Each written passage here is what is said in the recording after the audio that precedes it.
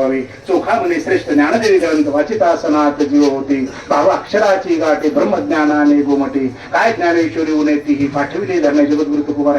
सगळ्या संतांनी ज्ञानेश्वरी हरिपाठ वाचायला सांगितलं. आपल्याला का सांगितलं? कारण महाविष्णूच्या मुखातून पडलेला आहे म्हणून. त्याची किंमत आमच्या तुमच्यापेक्षा हजारो पटीने वेगळी आहे म्हणून ती वाचायची आहे. जप तप कर्म हरिविना धर्म भाऊगाची सम व्यर्थ आहे. जप तप बघा किती गंमत आहे. जप कर कर्म कर पण काय सगळ्याच्या सगळं तप सुद्धा तुझं व्यर्थ आहे म्हणाले. हरिविना धर्म हरीला सोडून काही जरी जप केलास का बरं? रावणाने काय कमी जप केला होता का सांगा बरं? गेलं ना व्यर्थ सगळं. तुकोबारायांचं व्यर्थ गेलं का? गेलं का?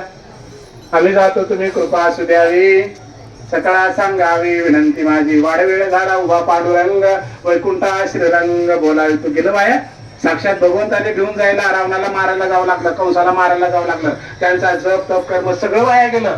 यांचं नाही जात संतांचं काय विष्णू कडला जप आहे हा. म्हणून माऊली काय म्हणाले? जप तप कर्म किती कर हरीला सोडून जर करत असतील तर ते सगळं व्यर्थ.